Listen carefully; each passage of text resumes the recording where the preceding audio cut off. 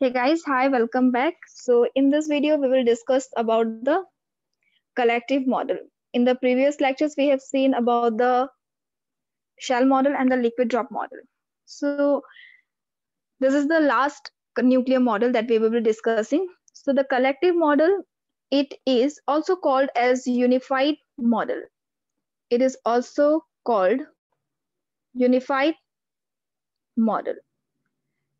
And we can say that it is a combination of the liquid drop model and the shell model. It is the combination of liquid drop model and the shell model. All right. So this collective model, it is describing the atomic nuclei incorporating the aspects of both the shell model and the liquid drop model. And we have already seen that the liquid drop model, it incorporates the collective behavior of the nucleons, and the shell model, it incorporates the individual behavior of the nucleons. So we will write liquid drop model. All right, it incorporates collective behavior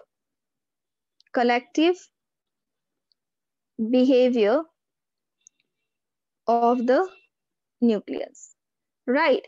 And if you see about the shell model, it incorporates the individual behavior of the nucleons, incorporates the individual behavior of the nucleon, that is proton or neutron, right? So we can say that collective model, it is the combination of the liquid drop model and the shell model. Liquid drop model, it is describing the collective behavior of the nucleons. Shell model describes the individual behavior of the nucleons. Now let's see, suppose we have a nucleus. This is a nucleus. All right. At the center of the nucleus, you have a core. All right.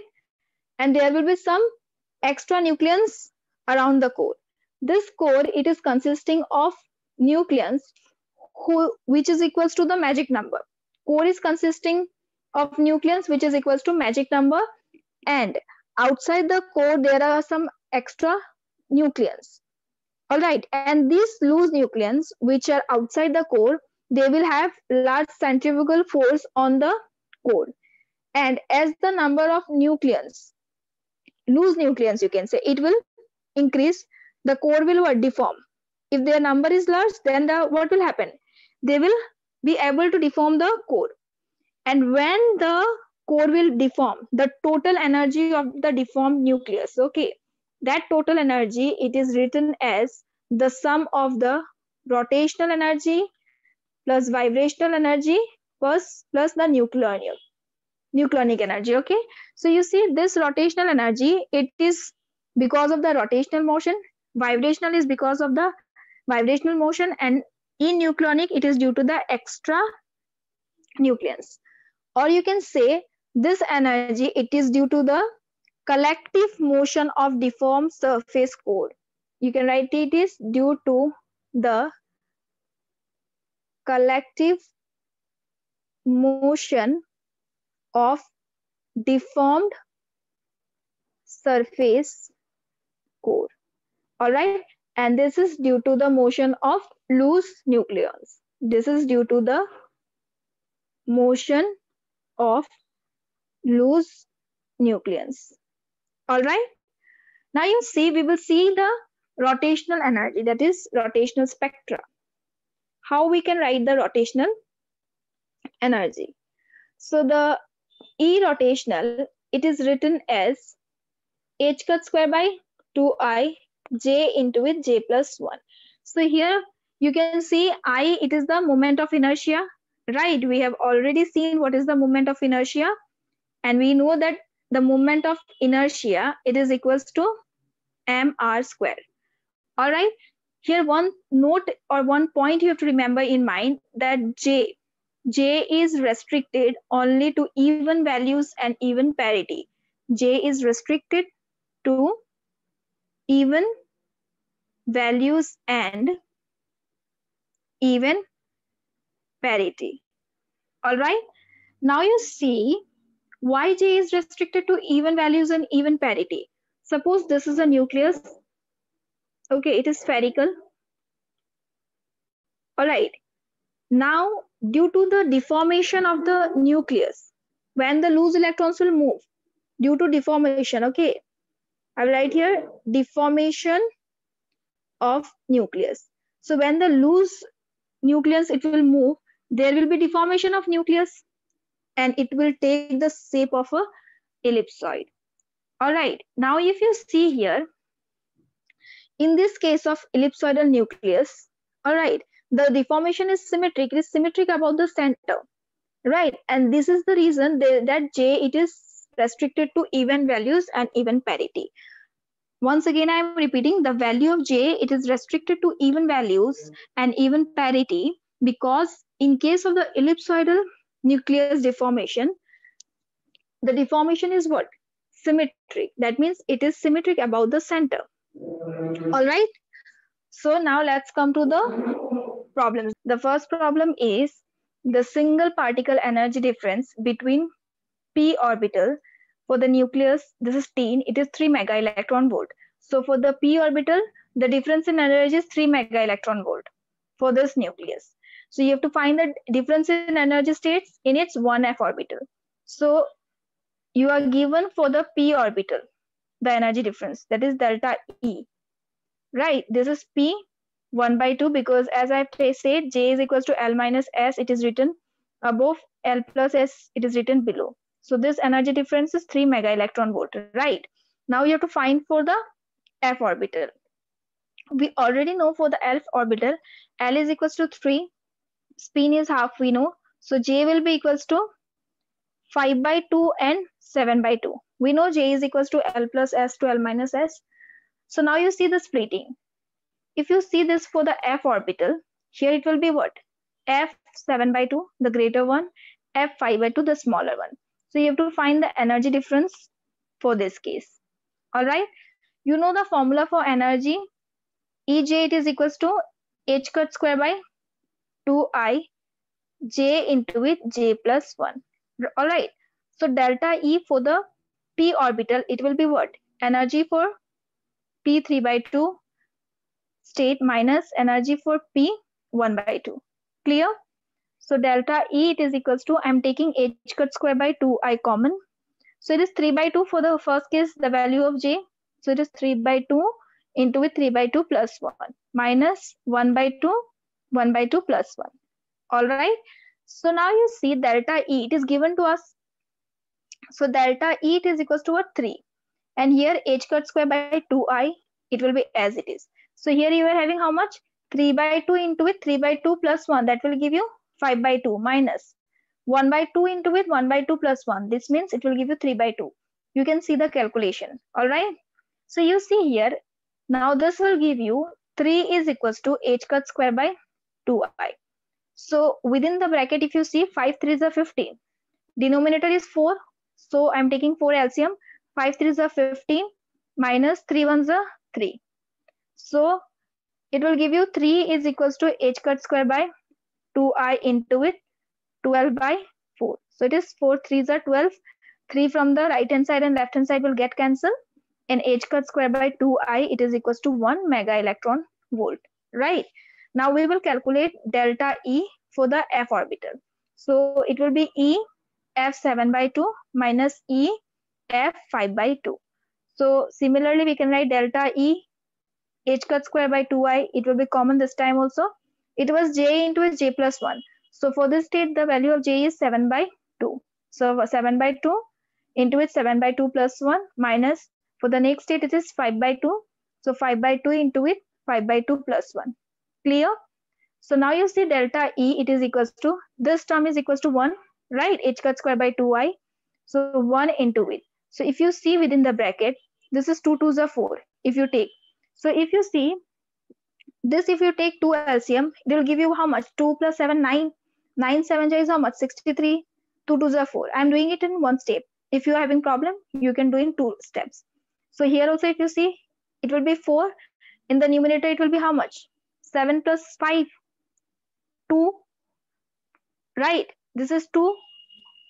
Right? Yes or no? If you take the LCM here, you will have 2. 2 plus 5 is 7. 7 5 is how much? 35. All right.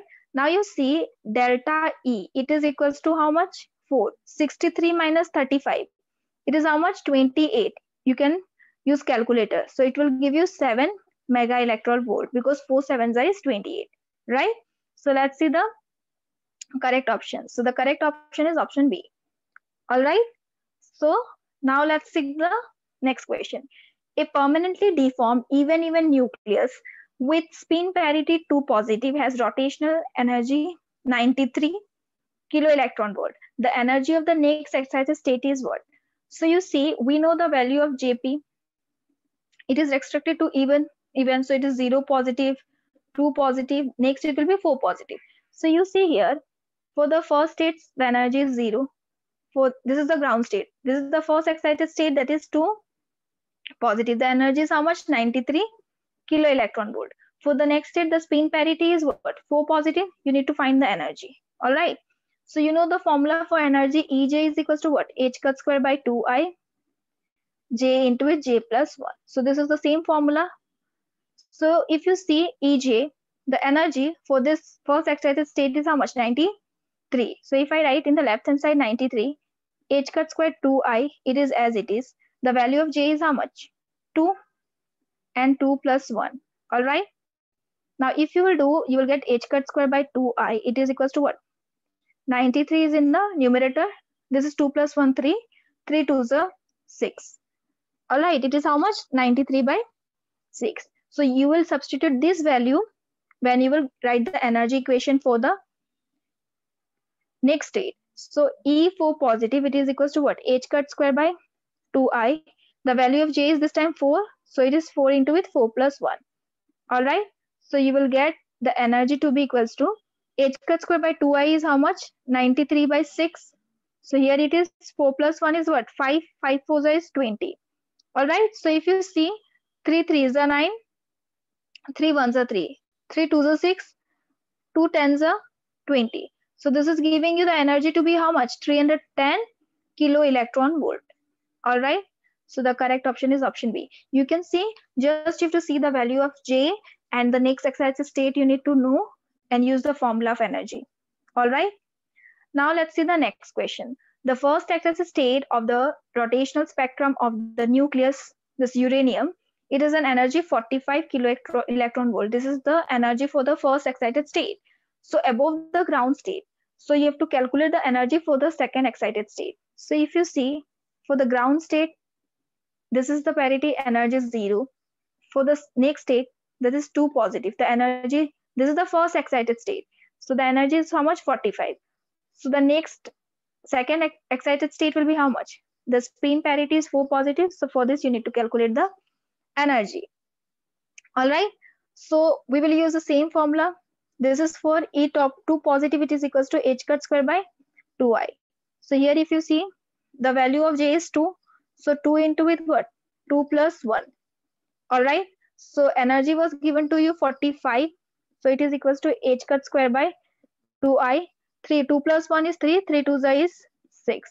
So from this you can write H cut square by 2I. It is equals to 45 by 6. All right. Now you will write the energy for the next excited state. That is the second excited state. So you see here E4 positive. Again H cut square by 2I into it. Here the value of J is how much? 4. So it is 4 into it. 4 plus 1. H cut square by I, it is 45 by 6 into it. 4 plus 1 is 5. 5 4 is how much? 20. All right. If you see here, 15 3s are, it is how much? 45. So 3 15s are 45. 3 2s is 6. So this is 2 10s are. So finally you will get the energy to be 150 kilo electron volt. All right. So the correct option is option A. So you can see the questions are Really easy. So let's come to the last question. Here the first three energy levels for thorium, it is given. Okay, first ground state, the energy is 0. First excited state is 57.5. This is second excited state is 187 kilo electron volt. So the expected spin and parity and energy of the next levels are given to be what? So you have to find the next level spin and parity and energy. So you know Jp is restricted to what? Even values, there is 0 positive, 2 positive, 4 positive, 6 positive, and so on. So after this, the spin and parity will be how much? 6 positive. So only option A and B are having spin parity 6 positive, right? Now we will calculate the energy and find out the correct option. So you see here, if you take E2 positive is equals to h cut square by 2I. So here if you see, the value of J is what? 2 into 2 plus 1. So the energy was equals to how much? 57.5. Right, 57.5, it is equals to h cut square by 2I. And here we will have what? 3 2's is what? 6. So you can write h cut square by 2I, it is equals to 57.5 divided by 6. Clear? Now you have to calculate for what? You have to calculate for E6 positive. Right, so here you will write E6 positive is equals to h cut square by 2I. It is how much? 6 J value, J plus 1. So you can write here E6 positive, it is equals to 57.5. This is the value of h cut square by 2I into with 7. 6 plus 1, 7 into with 6. 6 and 6 will get cancelled. And finally, what you can write E6 positive, it is equals to what? You have to just multiply 57.5 and 7. When you will multiply, you will get it to be 402.5 kilo electron volt, which is approximately equals to what? 400 kilo electron volt. All right, because in the option you see this is 300 and this is 400. So I've taken the approximate value. So the correct option is option A. So you can see these questions are quite very easy. You have to see the energy levels, the spin parity, and just substitute it in the formula of energy. So that's all in this video. Thank you so much. Have a good day.